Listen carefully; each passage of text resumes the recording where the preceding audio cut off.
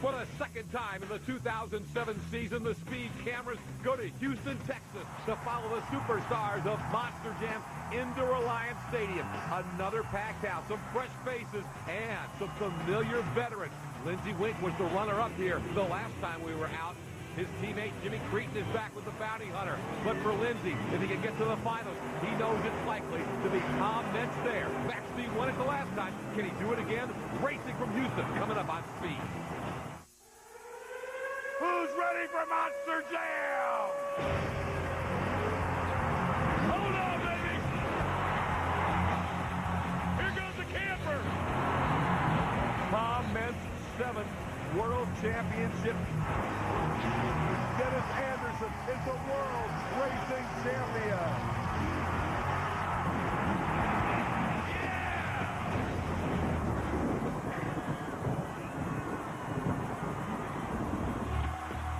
Monster Jam is rocking. It's a sold-out Reliance Stadium in Houston. We're ready to go racing, and you're going to see it all right here on Speed. Hi again, everyone. I'm Scott Douglas.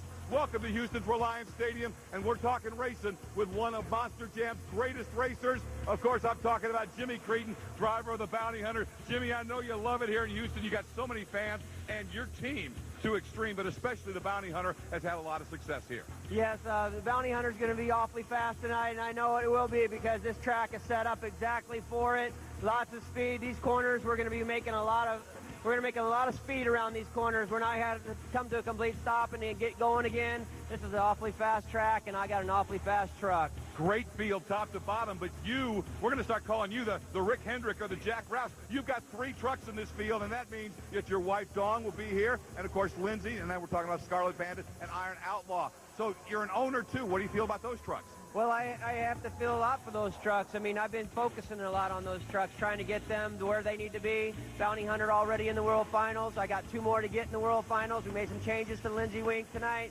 and he's going to be awfully fast. My wife's got the perfect setup for this, a fast truck, and she's looking to make her name and get back in the World Finals. She did really good 2 years ago. Now she needs to get back in there. No doubt. Anytime this guy is on the track, he's one of the favorites in racing. Bounty Hunter and Jimmy Cretin. Now I'm going to head up and join Ken Stout. You get ready for all the action of Monster Jam here on Speed. Thanks a lot, guys. Let's take a look at our field of trucks. It is an outstanding field here tonight. Jack Coverna in the Tough Enough from Edgewood, New Mexico. Dale Mitchell will be driving a truck called Pouncer. He comes from Memphis, Tennessee. 557 cubic inches, 1,800 horsepower there. Darren Basil and El Matador. And Carl Van Horn will be behind the wheel of T-Max. He comes out of Camden, North Carolina with that 2004 Ford.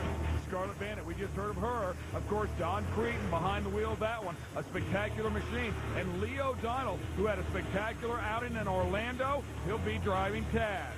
David Smith and King Crunch, of course, here from Spring, Texas. He'll have a lot of hometown fans. And Alan Pizzo with the Predator always makes a lot of horsepower as well. Damon Bradshaw with the Air Force Afterburner had a spectacular freestyle in Orlando. Is back here. It's all about racing now. And Lindsey Wink with the Iron Outlaw. Talk about big horsepower. This one has it, and he's an outstanding driver. Jimmy Cretin, we just saw him a moment ago with the Bounty Hunter. Very excited about driving this track. He says it's a lot of speed. And Adam Anderson will be representing the Gravedigger contingent from Kill Devil Hills, North Carolina. And, of course, the 7-time champ, Tom Meents, inside of Maximum Destruction. This is a loaded field, baby. A lot of racing action about to tear this place up. Stick with us. We'll be back right here with Monster Jam. Monster Jam is brought to you by the new F-Series Super Duty, built to work harder for you.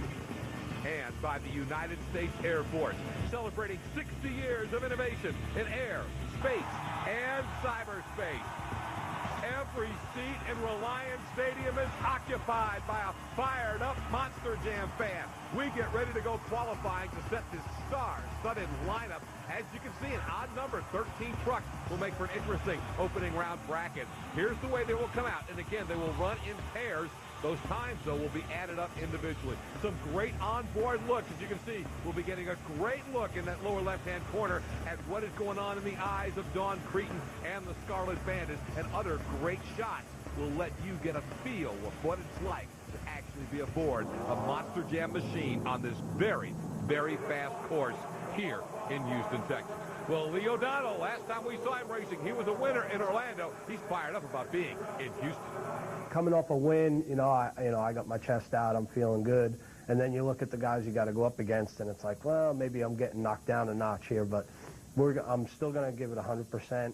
And, qualifying, I already said I don't want to be any higher than out of the top 5 in qualifying. And if I could do that and get a good bracket, there's no reason I can't win. Those guys aren't that much better.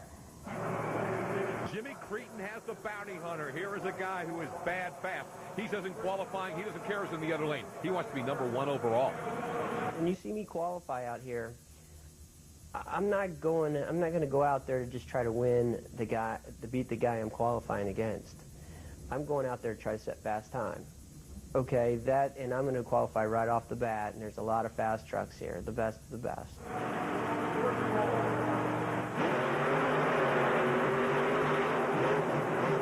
Ken likes to use the term smoke. Well, nobody makes more smoke than bounty hunter and Jimmy Cretin. Yeah, smoke, steam, horsepower, whatever you want to call them. They're very, very good at it. Taz and Lee O'Donnell has showed us he is a very, very able fill-in for Adam Anderson while Adam is taking over for Dad and Gravedigger. Dennis is still not 100%, so Adam's in Gravedigger tonight, and Lee O'Donnell is back subbing for Adam in the Taz truck. Hey, that's a time that could stand up all night long. 20.5 is blistering on this course. Now, Lee O'Donnell was competitive. However, he's got a 5-second penalty added on, Ken, so he's going to not get that top 5 qualifying run he wanted. We'll go on board with him right here. And you're going to see when he hits his turning post, I believe it comes up right there. Well, he's okay there. So it's the second turn. On the exit of the turn, he just cuts it a little bit too close and tips that over. Here it is right here. Bang. He just knocks it over, and unfortunately, that's 5 seconds. That will add 5 seconds and drop him down in the bracketing once we're done. We would assume, although he was very fast, taking the penalty out of there just a little bit behind what Jimmy Cretin did. 20.5 is going to be tough to beat, but got a bunch of big guns. Although we've got problems with El Matador. What's going on here? Yeah, that's a shame. They're already pulling him back. He's just about to come out here and qualify. And maybe we can check in with those guys a little bit later on and see if we can determine what it is. Lindsey Wink pulls Iron Outlaw to the line. Earlier, we got to talk to Lindsey about changes made to the Iron Outlaw and what impact they may have. The truck's going to push a lot more. It's not going to be like turning, almost like turning a vehicle. Before it was really smooth. In a monster truck with a locker rear end, both wheels are trying to push all the time. So you're going to find that the truck wants to get pushed in the corner, and you might find yourself nearing the outer boundaries a bit more. It's a bit more unpredictable in the sense, but once you got your foot in the throttle, both black tires are hooking up and they're trying to go. So that's the reason I did make the change. The Chicago style is going to work good. That way, if there's any chance when you get too much speed in the corner and the inside part of the truck comes up, I still got that outside wheel turning, which is what most of the trucks run here anyway. Almost everyone's got a locker rear end, and I kind of thought I had an in last year because it worked so well for me, but it's kind of burned me about 3 times this year already, and that's 3 strikes and I'm out.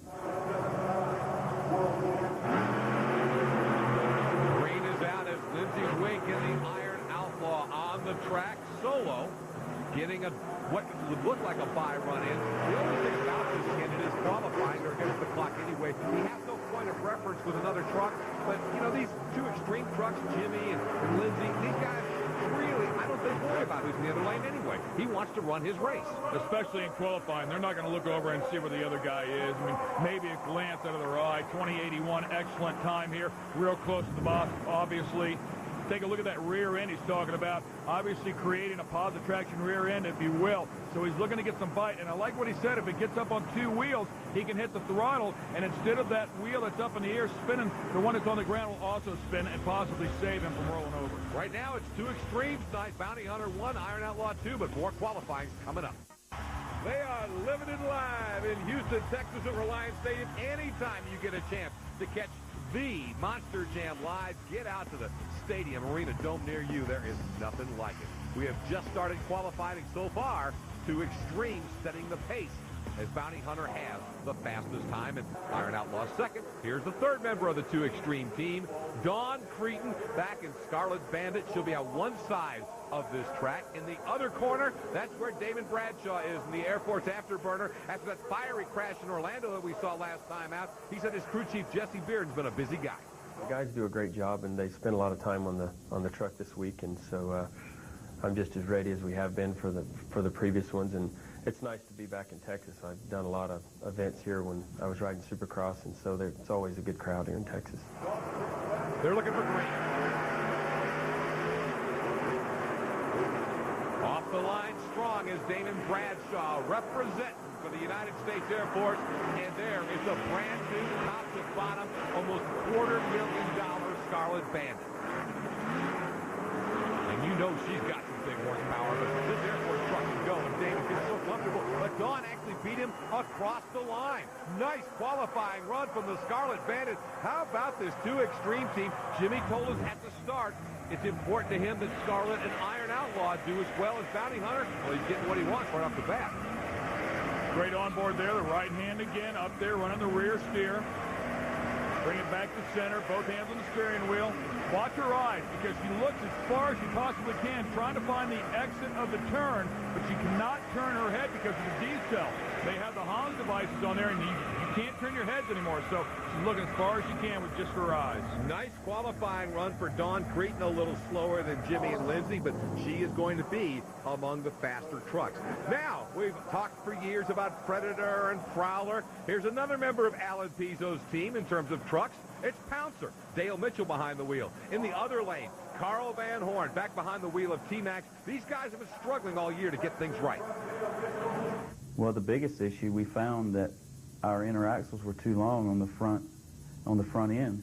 So when you had it on the jack and you spun the tires, you may not notice it, but when I turned the wheel, they would bind up, which caused the front end to lock and gave it a pushing condition, which when I tried to turn the truck, means the front wheels didn't want to turn and just wanted to plow straight ahead. And Houston, I found that out in qualifying, the first Houston show. And what I did, I was cheating it. I could make a hairpin. I would hit the rear steer real early and make the rear end whip around. But other tracks like Detroit, San Antonio, I couldn't do that. So all I could do was I actually turned the rear tires backwards to take some of the grip out of it. And that handled better, but then when I left the line, it was like taking off in wet grass. So we've got all those issues fixed. I think we'll be really competitive. Carl won this event 1 year ago. Does he have what it takes to do it again? Oh, love that onboard look. You're looking right over his shoulder. Good start for T-Max. Hey, Mitchell's coming on strong. Dale Mitchell never gets left short. This guy runs hard. I love the look of the Pouncer. That's a sweet-looking ride. But right now, T-Max is opening it up in qualifying. A bit better run for Carl Van Horn and T-Max. His time, though, 22:47, well behind all three of the two extreme trucks. Yeah, he's a couple seconds off the pace there. It looked like the truck was turning pretty good till right at the very end there. I don't know if he just had troubles negotiating the center of the turn or what bit him, but obviously a little off the pace. So Carl Van Horn does qualify T-Max. We've got more to put in this field. We'll get back at it next. Don't go away. Look at these fans on fire. You know, earlier we were talking about living it live. You want to live it live and get out early for the pit party at a place like Houston. It's just awesome to be down there on the floor of Reliance Stadium with the trucks and the drivers. Get your T-shirt signed. Really a neat experience. Still have 5 trucks to qualify. Right now, Bounty Hunter far and away the fastest at 20.5. Well, Jack Coburna, always love seeing Jack and his trucks out in this part of the country. We talked to him earlier about qualifying on this track. We got a lot of room in this track. You know, we come off the cars, it's a long distance between the cars and the turn, so we can get some good speed up. I changed the gear in the truck for this track. Let's see what happens. We can come around the corner a little harder because like I said, we'll get some slide out of this track. It won't grip and flip us real fast. We'll get some slide out of the corners. So I really feel good about tonight. It's going to be a good race. In the other lane, the Fiesta King Crunch. David Smith, this is his home track, and he wants to win badly in Houston. Well, I mean, obviously, I hope to win, you know, but who doesn't? There's 12 trucks here, 11 other trucks that want to do the same thing. So, and there's not a slouch out there. All the trucks here got good power, and any one of them are capable of taking away the win, you know, in racing or freestyle.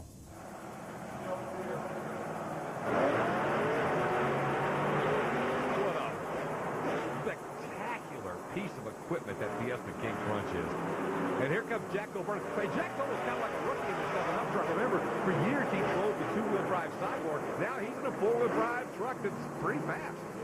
Yeah, and he might have to go through a learning curve, much like we heard Carl Van Horn say. I mean, there's just some things that are going on in there that if you've never had one before, you're not familiar with. You know, David Smith is a guy who's finished in the Final Four at the Monster Jam World Finals. This is a truck that can get around, and that's a pretty nice qualifying run, 21.72. That'll put him in the at least upper half of the bracket, which is what you really want to accomplish out of this qualifying. You don't want to draw a Bounty Hunter in the first round or Iron Outlaw or potentially a Max D, and David's avoided that with a good, strong run here. Jack got in a little trouble there as well with Wrist Loan, sponsored Tough Enough.